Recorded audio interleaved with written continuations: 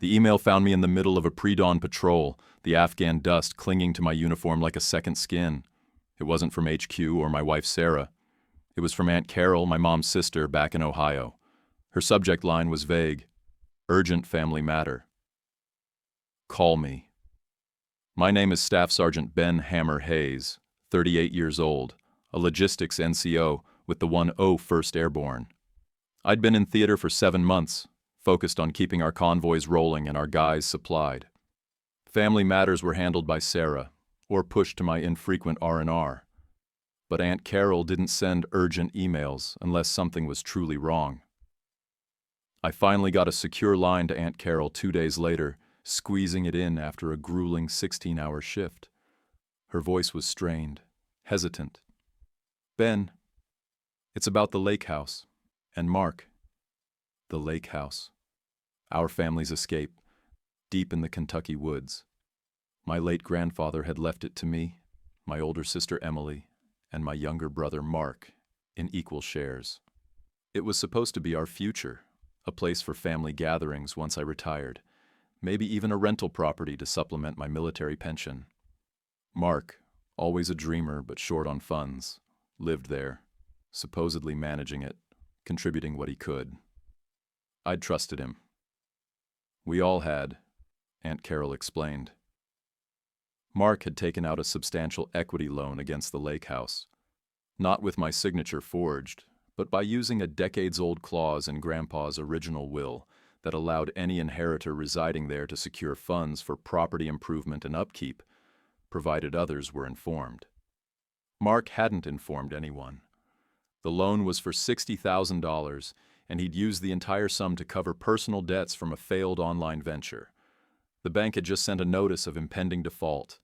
The house was at risk. My head swam. Mark, my little brother, the one I'd always looked out for, even helped get a start in that online business. He'd mortgaged our family's legacy, my future, without a word. "Did you talk to him, Aunt Carol?" I asked, my voice flat. "He's unreachable, Ben. Not answering calls, not returning messages. He cleared out his stuff from the house last week." I hung up, the secure line click sounding like a gavel. My bunkmate, Sergeant Miller, a good kid, new to deployment, saw my face. "Everything all right, Hammer?" "Just some family business," I muttered, turning away. Military guys know when to leave things alone, but a betrayal like this cuts deeper than any shrapnel. Truth was, I'd seen signs. Mark's increasingly desperate calls for investment capital before I deployed. His vague promises to pay me back soon for old loans. His sudden silence since I'd been deployed. But I dismissed it. He was family. You trust family. What he didn't know was that a good NCO never goes into a situation unprepared. And while I hate conflict, I always finish what I start. My mind, trained in risk assessment and logistics, began to work. This wasn't about shouting across oceans. This was about strategy, about playing the long game, about systematically building a case against my own brother. Days turned into weeks in the harsh Afghan landscape, but my mind was thousands of miles away, dissecting the situation back home. Sleep became a luxury I often skipped, the hum of the base generator a constant reminder of the life I was fighting for, a life Mark had carelessly put at risk. While my hands went through the motions of my duties, my brain was running simulations, analyzing options. This wasn't a battlefield. It was a financial and familial minefield, and I needed accurate intel before I made a move. My first call was to my sister, Emily, a no-nonsense accountant in Chicago. I laid out the situation, the clipped details Aunt Carol had given me. Emily's reaction was immediate and fierce. "That little weasel! I always knew he was irresponsible, but this—" Her voice trailed off, anger barely contained. She promised to dig into the loan documents, see exactly what Mark had signed, and under what pretenses. Her financial acumen was always our family's anchor. Next, I reached out to a buddy from my National Guard days, Sergeant Major, retired, Ray Walker. Ray was a bulldog with a Rolodex full of contacts and a knack for cutting through red tape. I explained the situation, focusing on the legal loophole Mark had exploited. Ray, now working in civilian law enforcement administration back in Kentucky, was immediately concerned about the potential for elder financial abuse, given Grandpa's passing and the nature of the will. He offered to discreetly check local property records and see if there were any other surprises Mark might have cooked up. Lena Ramirez, ever the keen intelligence officer, became my unofficial stateside asset. Using secure channels and carefully worded requests, I tasked her with running background checks on Mark.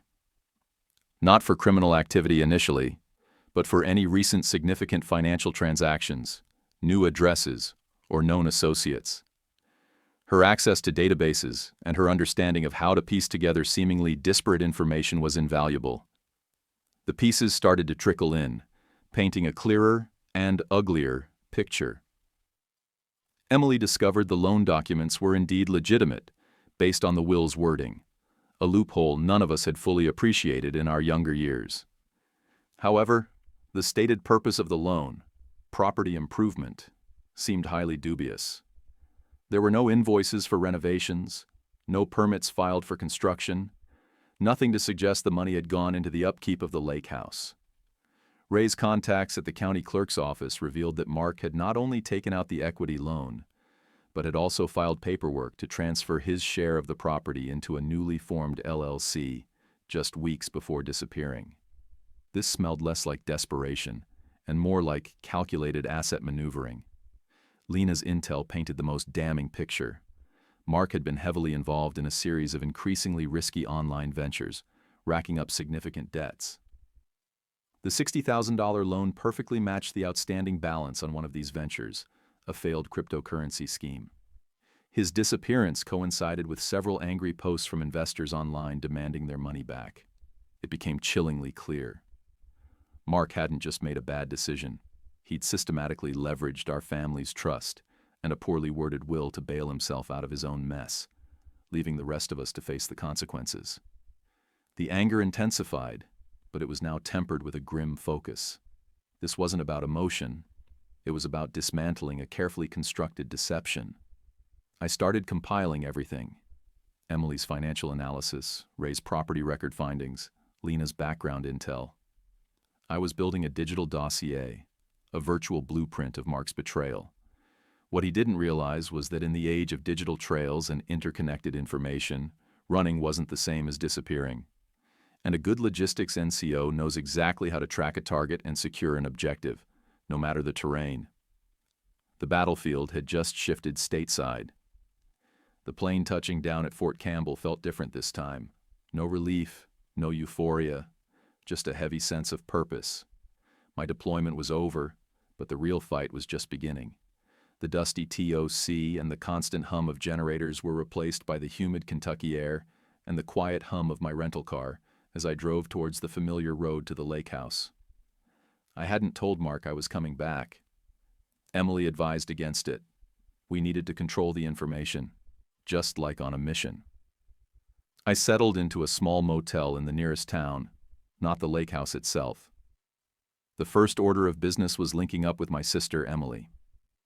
She'd flown in from Chicago, her face etched with worry, but also a steely resolve that mirrored my own.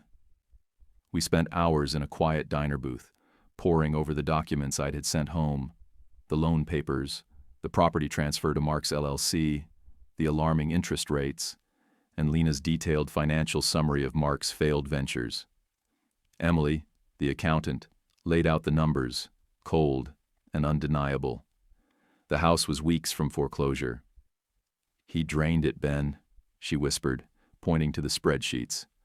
"Every last cent of equity, and then some. He put nothing back into the property. It was all to save his own skin." "And the LCL?" I asked. "A shell," she confirmed, "designed to shield himself if his ventures went belly up. He thought he could just walk away from the loan, leaving the house, and us holding the bag." The next day we arranged a meeting. Not a surprise ambush, but a formal invitation sent through Aunt Carol, a family discussion about the lake house. Mark, perhaps thinking we couldn't possibly know the full extent, or maybe just unable to resist the lure of a potential handout, agreed to meet us at a neutral location, the local community center. He walked in, looking a little thinner, a lot shifty. He tried to smile, a nervous, hopeful flicker. "Ben, didn't know you were back. Good to see you, man. What's all this about?" I didn't smile back. I placed the binder, my digital dossier, now printed and organized, on the table between us. Emily sat beside me, her expression grim. "It's about the lake house, Mark," I said, my voice steady, devoid of emotion. "And the $60,000 equity loan you took out." His eyes darted to Emily, then back to me. "Oh, that. Yeah, just some improvements. Needed to fix the roof, the dock." "We have the loan documents, Mark," Emily interjected, her voice calm but firm. "And the bank statements. We know where the money went. It didn't go into the house. It went into your failed online ventures and your personal debts." His facade cracked. His face flushed. "That's not fair. Those were investments. Good ones. Just bad timing. I was trying to make money for all of us, for the house." He started to sweat, his voice rising. "You're always judging me, Ben. Always the perfect soldier. You don't understand how hard it is out here." "I understand numbers, Mark," I countered, sliding Lena's summary across the table. "And I understand betrayal. This loan puts the house, Grandpa's legacy, and our sister's interest at risk of foreclosure. And you transferred your share into an LLC to escape responsibility." He slammed his fist on the table. "I didn't transfer it to escape anything. I was protecting myself. It's mine, too." "It was yours to a third, Mark," Emily said. "Not to gamble with the whole, and not to disappear when it went south." Mark pushed back his chair, his face contorted in anger and desperation. "This is ridiculous. I'm leaving." "You can leave, Mark," I said, my voice cutting through his bluster. "But the papers don't, and the bank won't.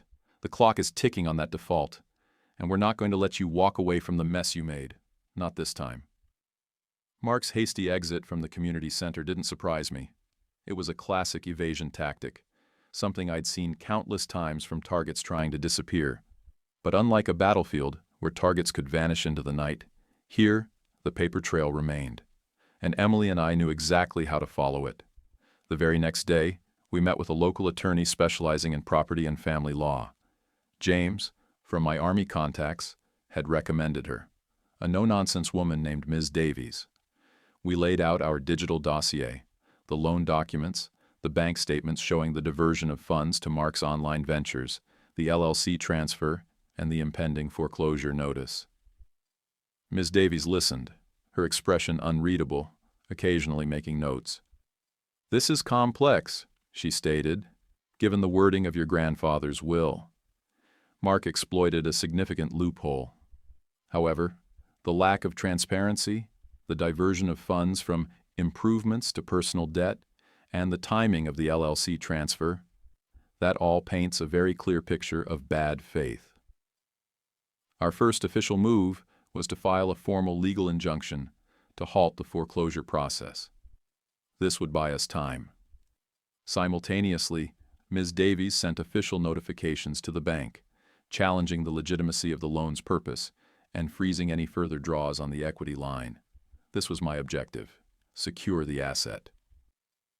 Mark started calling me then, dozens of calls a day, from burner phones, from numbers I didn't recognize.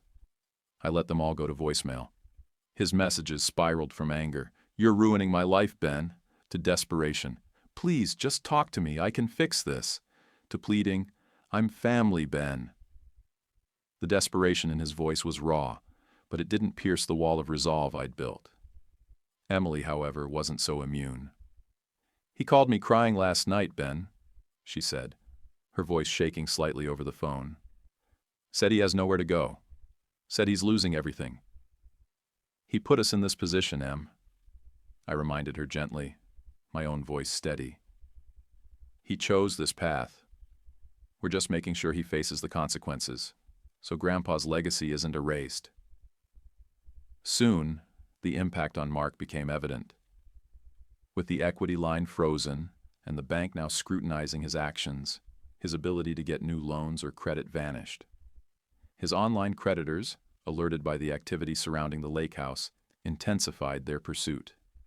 The LLC, once his shield, became a beacon for his financial troubles. Word spread through the extended family. Some were sympathetic to Mark, believing he was just making mistakes. Others, like Aunt Carol, were furious at his betrayal. The family fabric, already strained, began to fray. My former bunkmate, Sergeant Miller, back from deployment, even sent me a text. "Heard things are getting heated back home, Hammer. Need any backup?" I just replied, "Negative. Situation contained. Just letting the system run its course." This wasn't about vindictive pleasure. It was about principle, about holding someone accountable. In the Army, a bad decision, a breach of trust, had consequences that could impact an entire unit. Mark had breached a different kind of trust, but the principle remained the same.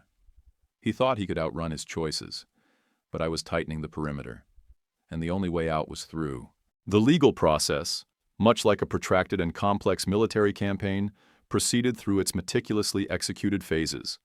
Summons were issued, subpoenas served, and mountains of financial disclosures were laid bare for scrutiny.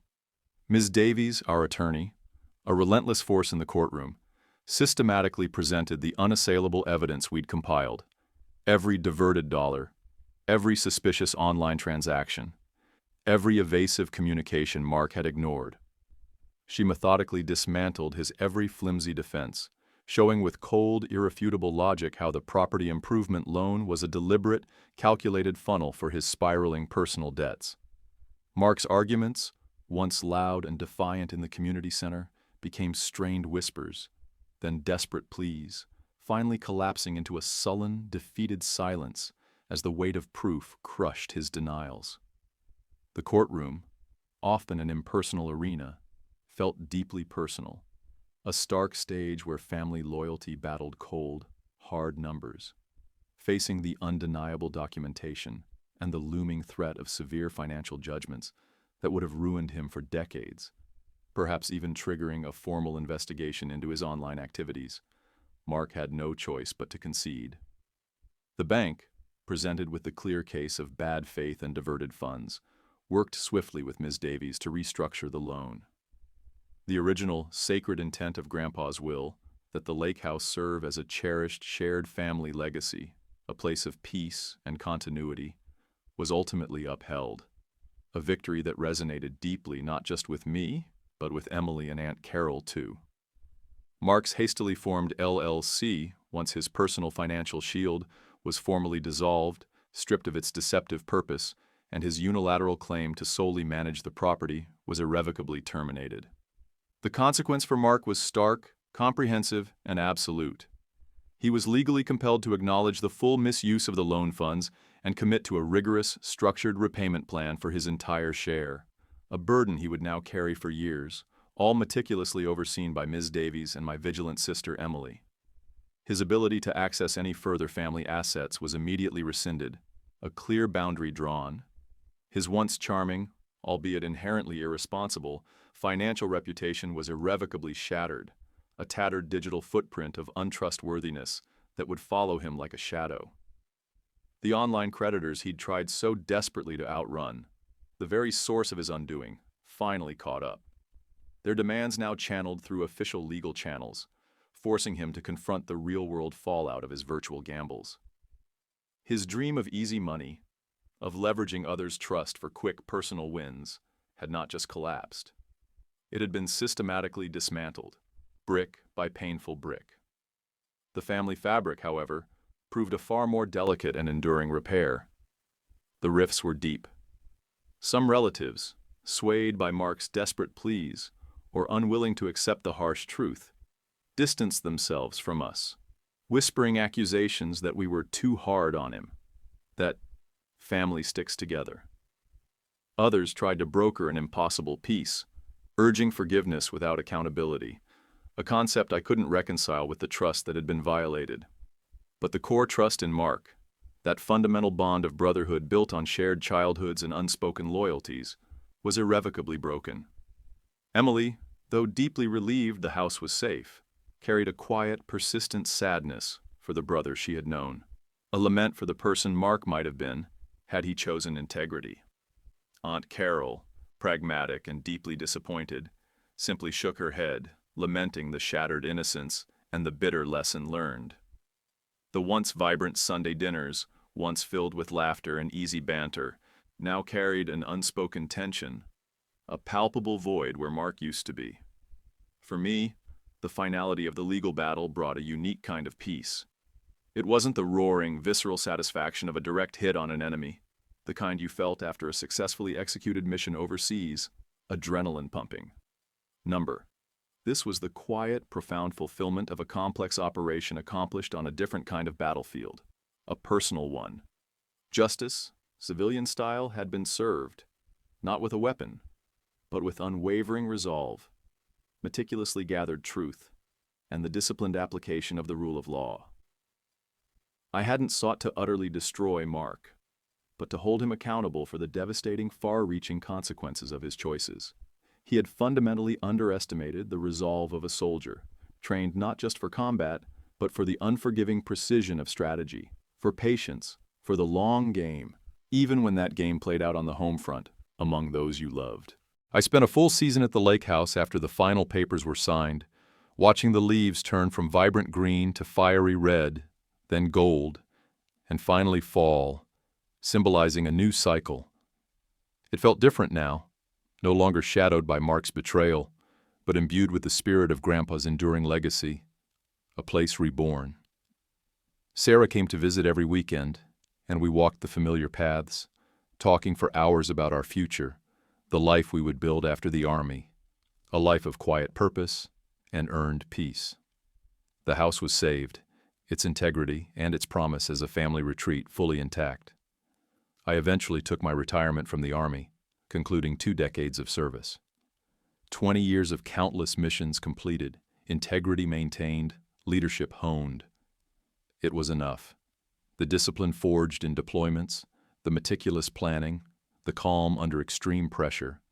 These were now invaluable assets I applied to building a new civilian life. I bought a quiet plot of wooded land upstate, not far from a small welcoming town.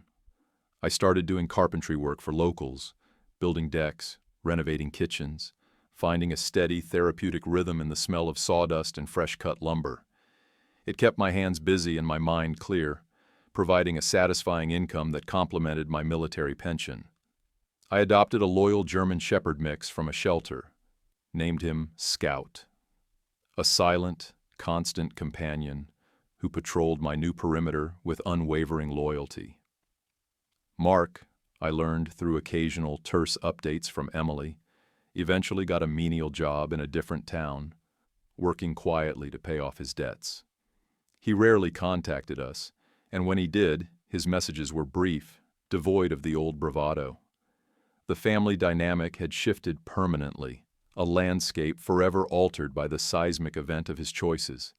He learned in the hardest possible way that consequences are real, inescapable, even when you try desperately to hide from them. Sometimes, when Scout and I walked the quiet trails on my land, or when the wind rustled through the trees at the lake house during a rare visit, I'd think of Grandpa, and then of Mark. I didn't hate my brother anymore. The sharp, burning edge of anger had long receded, replaced by the quiet, deep understanding of a difficult, indelible lesson.